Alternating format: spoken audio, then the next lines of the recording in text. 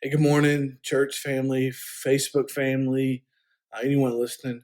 I wanted to take this opportunity now that we are quarantined and we have opportunities to hear each other. I think sometimes one of the most difficult things many of us struggle with is being able to share our story, sharing our testimony of how God brought us from something so encompassing of us and brought us to this new depth in the relationship with Him and this new opportunities. And so I wanted to start that today by telling my story, but ultimately how my story ties back into God's story and truly how God's story wants to pull you in to relationship with Him. Whenever I was in school, I loved it. I went to Ponce de Leon High School. I love that school. Still love that school. Still have a lot of Ponce de Leon pride. It's somewhere around 11th grade after 9/11. I remember just the devastation that I felt after 9/11, the helplessness of how do we move forward? What do I do here? Those were some of the things I felt as an 11th grader. And I remember God had such a powerful see you at the poll. After that, when President Bush called a national day of prayer, I had the privilege of leading that, and just some pretty supernatural and awesome things unfolded. Um, but somewhere in my 11th grade year, early into my 12th grade year, an Army recruiter came around. Now, I loved basketball, and though my physique doesn't show it now, I enjoyed playing basketball and was hoping to go to a small D3 school, a Christian school, to pursue not only basketball, but also the calling I felt that was on my life in ministry. And so I began to talk to the recruiter just more as a listen to what he's got to say, be respectful. And I made this very crippling statement that I didn't realize at the moment, where I said, I'll go back and I'll pray about this. And so I didn't want to be someone who just said things, I did things. And so this young 17-year-old kid went back to his house and he prayed if that's what I was supposed to do. And as shocking and uneasy as it made me felt, I felt at that moment that God wanted me to go into the military. And so I joined the Army, and shortly after I shipped out to basic training out of high school. I graduated on May the 20th, and on June the 24th, I was shipping out for my basic training, which was in Fort Jackson. Now, to pursue my calling, I chose to be a chaplain assistant. And so I went through basic training. I went through AIT. And basic training is such an interesting thing because I had all of these scary thoughts leading up to it. And it is pretty intimidating. I remember getting off the bus and they yelled at you. And I realized in that moment that no matter how perfect of a line I felt like we formed, it was never going to be good enough. And even when we had to lay our gear out, no matter how perfect as I thought the line was never going to be good enough. And some of these lessons that I was taught in basic training AIT didn't really make sense in the moment until later on when I was able to put those skills into work. But going through basic and AIT was a fun experience. I was still young and in really good shape, and so the physical demands of it didn't really bother me. I enjoyed meeting new people. But I remember towards the end of AIT, they hand out your assignments, and I felt like I was good. My recruiter had made some pretty good promises to me, uh, and I felt confident that I was not going to go overseas, and I felt confident that I was not going to deploy, because in the midst of my basic training was when we were in Iraq invading them, and so I hear them as they call people out, and they're saying Fort Hood, Texas, Fort Campbell. I'm hearing all these stateside assignments, and I'm going, okay, all right, I'm pretty good. I'll be stateside. I'll have some opportunities there. I'll at least be able to drive home and see my family when I want to. And they get to Gillis, and they say, Gillis, Schweinfurt, Germany. And I thought to myself, I don't even know if that's a real place. But regardless, I graduated, and in 2 weeks I had to report to Schweinfurt, Germany. And as I got to my destination, I remember being met at the bus as I was getting off to go meet the first sergeant. And I was informed to not even worry about unpacking my gear because we were deploying in a month. And so this was right before Christmas, and so they encouraged us to go home and see our families because they knew it could be up to a year before we'd see them again. And so as an 18-year-old kid, I was now introduced to a new lifestyle. As I came back after the Christmas holidays, we had some fun times and preparing to leave. And once we left, I believe it was Valentine's Day 2004. Yes, we left in 2004. So I remember as we were leaving, we went to Kuwait, and Kuwait was interesting. We spent about a month there, and it was just, again, more preparation and practice and polishing our skills and waiting for equipment to arrive. And when the day came for us to cross into Iraq, I remember the nerves that I felt. It was such an interesting experience, but also a very scary experience. Because I remember when we crossed from Kuwait and we went into hostile territory, and they told us to move our weapons, to load our magazines, and to prepare our weapons. I thought, this is real. Like, we had shot rounds, but as an 18-year-old kid, I'd never thought that I would have to kill someone. And that was the realization of, my magazine is in, and I am ready at a moment's notice to pull this trigger and to take a life. And so I still vividly remember that and arriving. So it took us some days to get there. We slept in our Humvees and we traveled, and finally we arrived at Samarra, Iraq. I remember seeing on the news before we arrived, I believe in December before we arrived, that they had called Saddam Hussein, who was from Samarra, Iraq. And so I thought to myself, okay, this should be a pretty easy war. Shouldn't be much to it. They've caught Saddam Hussein. Now we're just going to be on this mission of preparing the Iraqi people to take control of their nation. And that was kind of the agenda of what we were doing. But we arrived into camp, and the unit that we were replacing in Samarra, Iraq, was doing some cross training. And I remember one day being just an E1 private. I remember I was walking, and they said, they wanted me to help carry a gurney with a soldier on it that was wounded. And I didn't know all the details, but I was told to do it, and I did it. And so I grabbed the end of it. We went running to the helipad because the helicopter was coming in. And as the helicopter was hovering over and beginning to land, they told us to dive on top of the guy. And so we did. And I learned in that moment that the guy had his leg severed in an IED explosion, which is an improvised explosive device. And I remember in that moment of being 18 years old, seeing just the full picture of evilness, and wondering, like, what am I doing? Why am I here? What am I going to learn through all this? But I did as I was told. We jumped on the leg, and that began my journey in Iraq. I was 18 when I arrived. I turned 19 while I was there. And I remember being in Iraq. We would go on patrols. I remember being on top of the roof, and just hearing these mortars um, fired at us.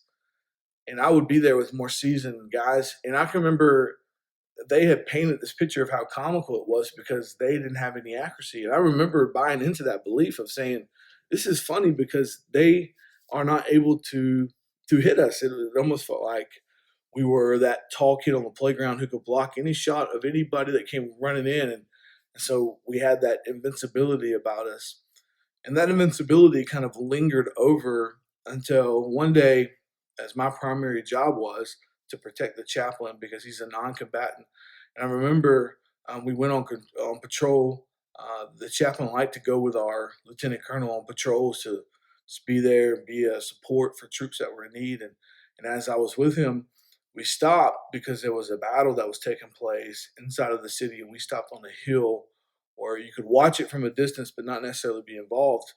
And as we were standing around the different areas we were assigned to provide security, I remember hearing the mortars and feeling that invincibility again of saying, and nothing can touch us, nothing can take us out. They can't shoot, we're too powerful.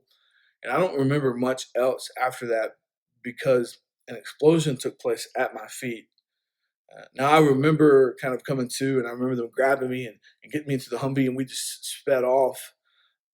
And I later was able to put the pieces together and realize that the mortar had, the hill that I was standing on had absorbed anything that would have been deadly to me. But I remember just that feeling of, okay, we're not as invincible as we think we are. And we would go downtown and we would visit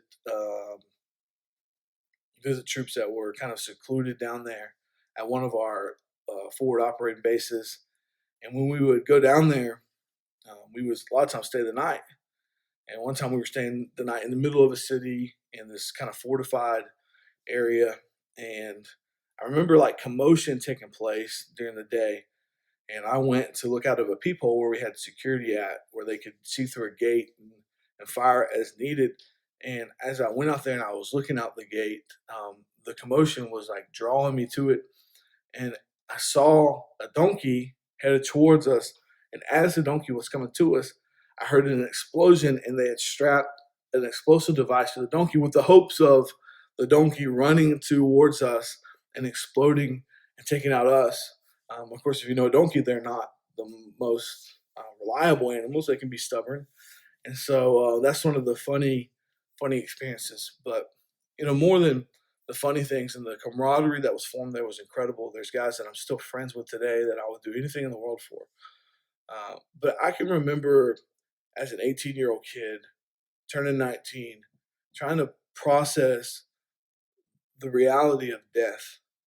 And now I struggled with that reality because death was something I was always afraid of, and necessarily didn't have anything to do with the thought of me dying and the fear of where I would go.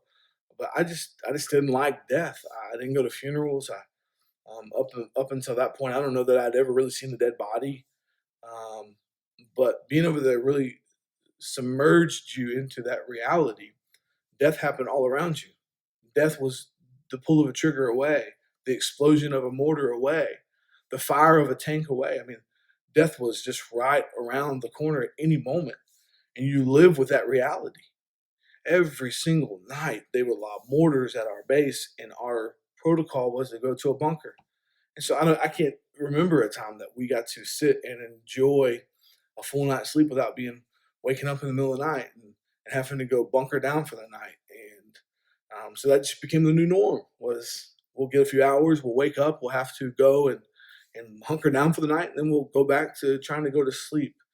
And I would take advantage of things like being able to go out on convoys, go out on our supply runs were always fun because they would go to a big base called Anaconda, and they had a dining facility. We had a dining facility, but we would typically maybe get one hot meal a day out of it. And for the most part, we ate either care packages that people sent to us, or we ate um, the MREs that were provided to us. And so, going there, they had a nice setup for a cafeteria where you could eat, almost like a buffet. And so, anytime I got the opportunity to go to that, I would. We had only one Catholic priest in the area, and so I would jump on that convoy as we would take him to different places. My chaplain was not Catholic, and so I would jump on with the Catholic priest, and they would take him around to different places as he would perform mass. And so I had some fun opportunities, but I never forgot that death was just a trigger pull away. I never forgot that death was an explosion away. I never forgot that death was this force that lingered over top. On July 8th, 2004, death became the reality of my life in that moment. Um, I remember the commotion and the knocking on the door as someone came and they got me and said, "Hey, you need to get the chaplain. The chaplain needs to go up to our headquarters. There's been a casualty." That wasn't uncommon. Uh, at that point, I'd probably seen quite a few dead bodies, and it was not uncommon when people were traveling through. Maybe they would have to stop because of an IED attack or something, and so as a result, we became pretty accustomed to having to bless dead bodies. And so, as my chaplain was and I were headed up to the headquarters, it was a different kind of commotion. And I remember walking in and opening the door and seeing a scene that I had yet to see, really, of bodies laying all over the floor and medics working as fast as they could. And as we were able to put the pieces together, we realized that what had unfolded was the downtown building that I was talking about, seeing the donkey explode in. One of the insurgents over there had driven a vehicle-borne explosive device into it, and it exploded and caused the building to collapse. And I just remember feeling the responsibility of just holding hands with guys who were in pretty serious condition.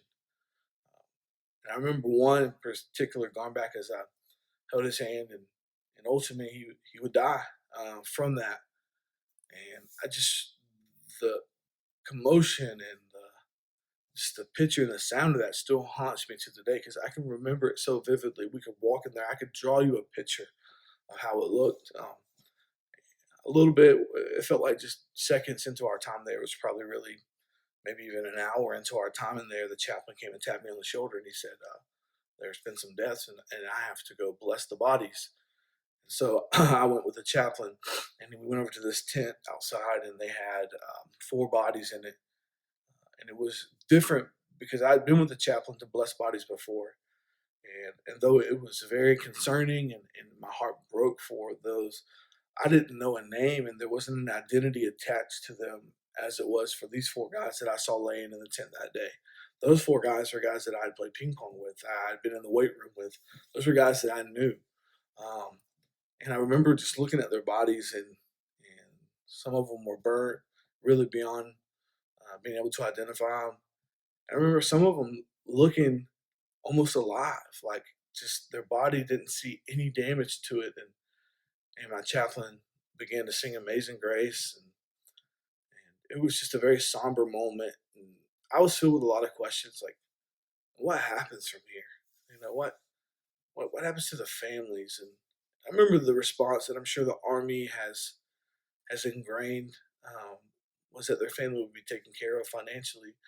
But my concern was more about there's going to be kids that grow up now without a father. Like, these were the concerns that I truly had of how are they going to move forward from this. And I always say that I knew God had called me into ministry, but I still feel that that was the moment that God really birthed that ministry inside of me. It was in that tent on July 4th, 2008, as the chaplain sang Amazing Grace over 4 men that I knew. Um, God birthed ministry into me. My remaining time in Iraq, which was still many, many months, was interesting. One of the jobs that the chaplain would always have was um, to just be the liaison a lot of times for the community. So we would go on different missions that were completely about civil affairs and nothing else. And one of the big things that we would do was we would build playgrounds for their schools. I remember we had a playground meeting, and we were talking. I was standing there with my weapon, protecting the chaplain, and we were having a conversation with local leaders about putting a playground into a school, what that would cost. We would provide that. We would provide security as that was being installed. And in the midst of this, a school with children in it, we hear boom, an explosion, and an RPG was shot at one of our tanks. I grabbed the chaplain by the back of his vest, and I just pulled him as fast as I could into the back of a Bradley. And I remember that Bradley sped off, and I was standing there going, "Where am I going to go?" But thankfully, another Bradley needed people in it, so I jumped in that. We got back, and as I mentioned earlier about all this training that they put us through in AIT and basic training, you don't fully understand why things have to be the way that they are. But I learned in that moment because I was consumed with fear. It was very scary to watch rounds land at your feet, to see an explosion happen right beside you, and to see the guy that it's hit, who was a friend of mine, struggling the way he's struggling. It was very, very troubling. And I just remember my instincts kicked in, and my job was to protect the chaplain. And even in the midst of fear and in the midst of everything, I grabbed him and I pulled him in the back of his Bradley. When we were back at our base, I remember the chaplain was like, "Oh, thank you, like, man, I can't believe you reacted the way it was." And I remember like talking to him and going, "I can't believe I reacted the way I did because I didn't even, it just happened. It was the instincts that I was trained with." And so it was such an interesting experience. But days and days spending there, of going in convoys downtown, seeing IEDs explode, watching body upon body into to our compound, uh, was just a lot. In October, our base, along with many other that joined with us, launched something called Operation Baton Rouge. and it was our objective to take back our city in the midst of all the stuff that was unfolding in Fallujah. And so our teams went in and we just took back the city, and there was a lot of casualties on the other side. And I remember seeing a lot of those dead bodies. I remember we had some casualties and seeing those bodies and all of this unfolding.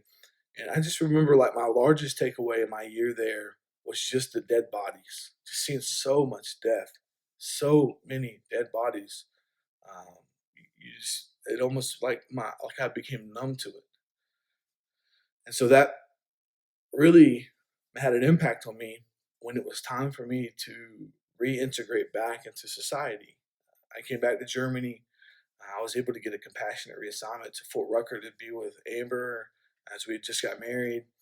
Um, and so I spent my time out there. I loved my time at Fort Rucker, but I struggled reintegrating. And we were so early in the war that it was hard to determine what was wrong. And so I remember being diagnosed with narcolepsy because I was an insomniac and then I would sleep all the time. And so they were just like, you have narcolepsy. And I don't know if this has ever been done before, but I remember that the doctor wrote me a pass to miss PT in the morning because of the sleep problems I was having. I had the authority to sleep in. It was a unique experience. But I decided to get out of the army. My son was being born, and I just didn't want to risk any more separation. And so I decided to get out. And honestly, being in the military really suppressed a lot of the things I was going through because others were going through it, and we just kind of coped together unknowingly. We didn't know that's what people were going through. And I got out of the military, went to work for a church and youth ministry, and my life began to just spiral out of control. Um, I battled anger at such an intensity. At the drop of a hat, I would get mad and punch holes in walls. My family could tell you, you would walk into our house, you would see all these patched up holes where I was just punching holes in the wall out of anger. I was so depressed, I would sleep for days, and then I would battle insomnia and would stay up and couldn't go to sleep, and it would drive me crazy. I had a hard time trying to keep a job because I was so unpredictable in my showing up to work, my being able to stay at work, my how volatile I was emotionally, and had all these things going on. And I had no idea what was going on. And one day, in just conversation, I met with the DAV rep, and he's like, "Man, you should really go get help." I didn't know what that meant. I had some remorse because I feel like people went through a lot more than me over there. People lost their life. I've come back and I have no injuries, and I have war stories to tell, but I have nothing wrong with me. And so I felt like a guilt of I'm good. Like I don't need to see a doctor. Um, I just remember like my anger was so out of control. My children were babies and they would cry, and I would lose my temper because I didn't know how to help them. And it was like it was such a frustrating thing, and that anger would then lead to me having these other emotions of guilt and why did I react the way I reacted? I didn't understand these things. I wasn't sleeping. Then if I did go to sleep, I'd sleep for days. I didn't want to be around people. The least little things would set me off, and so the DAV rep again, he was like, "Hey, listen, man, I think you may have PTSD, not narcolepsy. I feel like you should probably go see a doctor." So I started going to the VA. This was like 2 years after getting out of the military. I started going to the VA, and the VA was really helpful um, because they immediately diagnosed me with PTSD. They diagnosed me with a traumatic brain injury, and then I had a disc that had slipped in my back while I was in the military. So that was great. I had a diagnosis now. Now we kind of know how to move forward, and so I began to see a counselor, which was always uncomfortable because again, I don't really like talking about my time over there because I feel like people had it worse than me, and there's not a single bone in my body that feels like a hero There's not a single bone in my body that feels like I accomplished anything. There's still the itch inside of me today that wants to go back over there because I feel like I didn't do enough. And the reality is, if I'm being completely honest, I feel like the only way that that would ever be fulfilled inside of me if I was to die over there. And that's just the reality of it. To me, someone giving their life in battle is the ultimate price. And I have the utmost respect for them because they are true heroes in my mind. And so going to a counselor and talking about it, seeing a psychiatrist, explaining what I have going on was tough. And they have to experiment with medicines on you to figure out what's going to work and what's not going to work. And I just remember like my anger was to the point I was tired of dealing with it. I was not happy with anything in life. Nothing could make me happy. I was just miserable. And on top of that, I felt like such a failure as a husband. I felt like a failure as a father. I had all of these things weighed down on me that I now understand to be depression. But in the moment, I didn't know that that's what it was. And so I was going through all these. And I think the climax of this whole story was the night that I was in my living room and I had enough of it. And all I had was muscle relaxers. But I said, you know what? I'm done with this. I'm done with being a bad father. I'm done with being a bad husband. I'm just done. I'm tired of living like this. I'm tired of being a disappointment. I'm tired of being a failure. I'm tired of going through the things that I'm going through. And that night, I grabbed a handful of those muscle relaxers and I said, I hope that this takes my life. And I took those pills. I don't remember much about it. I know that whatever I had taken wasn't obviously serious enough that I was rushed to the hospital. I do know my wife called my doctor, and they were able to talk her through some things and me through some things. Um, and on the other side of that, I started seeing the doctor more intensely and started being a lot more open. Um, and I think through the process, that was my biggest thing was I was just never truly honest with them. I would come in and they said, "Do you have suicidal thoughts?" And I would say no. And so they would just keep moving on. And so to me, it was about can I get in there, be seen quick, check the box of I've seen a doctor, and move on with my life. I quickly realized, though, the more honest I was, the more that they were able to help me. They put me through a program at Tuskegee where they were digging deep into some of my thoughts that even I couldn't even remember. They were working through some of the things that I was going through emotionally, and I just remember starting to feel healthy again. One day I was sitting with my primary care doctor at the VA, and she said, "You know, what do you hope to accomplish?" I remember looking at her and I was like, "I just want to be happy again. Like I want to be the 17-year-old kid that went into the military. I just want to be happy. Like, I want to be around people. I want to enjoy life." I remember, like, to this day, as if I'm sitting there talking to her right now. She said, "You'll never be the person that you used to be, but we can make you better." And that stuck with me. And that was probably the honesty I needed in my life because when I would go to treatment and it wouldn't change me back to who I used to be, it was troubling to me. And that was exactly what I needed to hear to really get me balanced back again. So I started being more honest with doctors. I started seeking help more, and they started working with me on how to work through my anger. And I realized that I wasn't less of a man because I admitted I had a problem.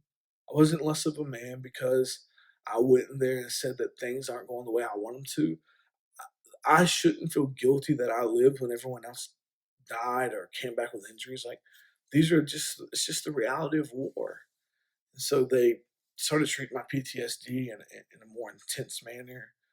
The traumatic brain injury, they began to work with me on some memorization things. And then my back was what it was. And I will tell you today, at the conclusion of all of this, that I still struggle every single day. There's not a day that goes by, if I'm being honest, that I don't wonder what life would be like if I wasn't here anymore. There's a lot of days like that. My doctors know I'm very honest about it now. I'll tell them that while I may not want to take my life like I used to, I wanted to kill myself. I just never had the guts to do it. While I may not have that feeling anymore of wanting to kill myself, there's times that I romanticize about what it would be like to lose control of the car and my family being taken care of after that, and not having to deal with me as a burden. It's the reality of it. And through all of this, God shaped me to the man that I am today. Uh, and I tell you that we go through things because God is preparing for us to tell a story to other people. You can look no further than me. So I didn't want to go in the military, and I did. Never thought I would go to war, but I did. Never thought I would ever be suicidal, but I am. Never thought that I would go through the things that I go through, but I do. It's just the really reality of what I've been through. But now I stand here today in ministry, and I'm more compassionate. I think I'm more empathetic. I understand some of the things that people go through that I would have never truly understood had I not been through what I've been through. I've tried to be a voice and an advocate for people battling with PTSD that don't even know it. I talk to men all the time who got out of the military, and I see them eat up with anger. And I remember talking to a guy, and he was like, "Yeah, man, I'm just struggling right now." And he didn't want to call it PTSD. He didn't want to link it to his military service, but he told me the story of getting mad at a guy at a red light and going out and taking a tire, taking his knife and slashing the dude's tire at the red light. I said, "Man, that's PTSD, dude. If you're not careful, you're gonna take someone's life." Because I reached that point where I feel like in a moment's notice, I could have snapped and taken someone's life. Listen, you taking men and women who have been in a killing environment, and you are reintegrating them back into a society where killing is not the answer, but over there it is. If you are not acting the way you're supposed to over there, that typically meant that you were in some sort of insurrection against us and how we were trying to implement things. So as a result, you became an enemy of us. And their enemies, the way they reacted to us was to kill us. There was no talking and negotiation. And so the way matters were handled with was through killing. It's just the reality of it. It's why I saw the dead bodies that I saw. It's why I saw lives being taken. It's why I was a part of lives being taken. You see those things unfold. And then you come back to a society where you should talk through problems and you should work through problems. And people do not understand what's boiling up inside of you is that I want to handle this the way that I was exposed to handling it before. And so when men come back, it's one of the things I try to, in my limited expertise, try to help them with of saying, "Man, you have PTSD. You really need to get see counseling about this because you will explode one day and you will take someone's life." Our prisons are full, or not full, but our prisons have been in there. I met a guy when I was a chaplain. It's the most devastating thing. I remember he and I would talk about our time in the military. And he got back and he couldn't deal with the things he was going through and ended up getting on drugs. And then he ultimately took the life of someone who's doing a life sentence. And I remember like being so troubled, like, man, that could be me. Like I would see him every day as he came to the chapel, and I would go, man, his story could easily be my story. I could have come back and got addicted on drugs, but God spared me. And today I wanted to share my story because I don't think you realize how good God has been to you. If you can pull open a computer and listen to this, God's been good to you. But more importantly, if you listen to this and you think nobody understands what I'm going through, you're absolutely wrong. I learned through all of this. Not only do people understand what I go through, but more importantly, God understands what's going on in my life. God understands the things that I'm going through. God inserts his love when I need it the most. God overwhelms my anger with peace. God does so much in my life. And I want you to know today that if you're struggling, if you're going through something, that God is preparing your testimony on the other side. Or maybe you've been through those things. You've been through the struggles. You've been through the hurts. God is preparing something. I struggle every day. The presence of God in my life is not the removal of problems within my life. The presence of God in my life is the answer and the solution to coping with the things that are going wrong in my life. And today, what I hope that you understand is no matter what you're going through, the entrance of God in your life through your surrender and salvation does not mean that those problems are going to go away. Because God enters your life doesn't mean toxic relationships automatically end. It doesn't mean that depression is completely removed from your life. And it doesn't mean that whatever problems and obstacles are before me automatically disappear. But I can tell you, going through a depression, anger, suicidal thoughts, going through those things with God as the captain of my life has ultimately led me to the decisions that I have made that has prevented me from being in prison, that's prevented me from being in the grave, and ultimately has led me to the position that I am today. I'm not okay. I struggle every day, but God still keeps me in his loving arms and walks me through each and every day. And today, my hope is that God can use your story. Maybe it's still developing, or maybe God has already brought you to the other side of it. But God can use your story not only to radically transform your life, but transform the lives of those that you interact with each and every day. Listen, I love you. If you're in the military or you've just got out of the military and you're struggling with PTSD, I want you to know that you have the biggest ally in the world. I will not think less of you if you admit that you have problems. I'll cry with you if you want to cry. I'll struggle with you if you want to struggle. But I want you to know that you have a friend and an ally with me. I understand it. I've been there. I know what it's like to want to feel the relief through taking your life. I know what it's like to want to physically wrap your hands around someone and strangle the life out of them. I understand those emotions, but I'm telling you, God can overcome those things, and I can be your friend and talk you through those. I hope this has been helpful to you today. I challenge each and every one of you. If God's brought you through, share your story, because our testimonies will a lot of times draw people into God's ultimate story of salvation and redemption. And if he used my story and my situation to redeem me, I promise he can use yours to redeem you and bring you into fellowship with him. I love you. God loves you. If you need anything from me, message me, reach out to me, contact me. I'm here for you. And I love you.